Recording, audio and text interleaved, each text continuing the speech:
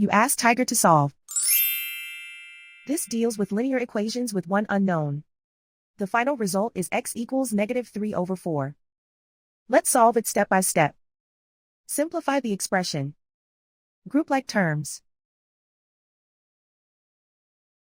Break up the fraction. Simplify the fraction. Group all constants on the right side of the equation. Subtract 3/2 from both sides. Combine the fractions. Combine the numerators. Reduce the zero numerator.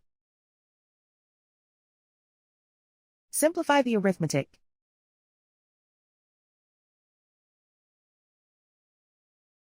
Isolate the x.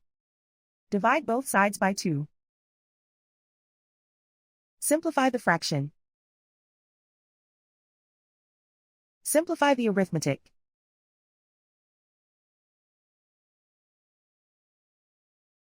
And so the final result is x equals -3/4.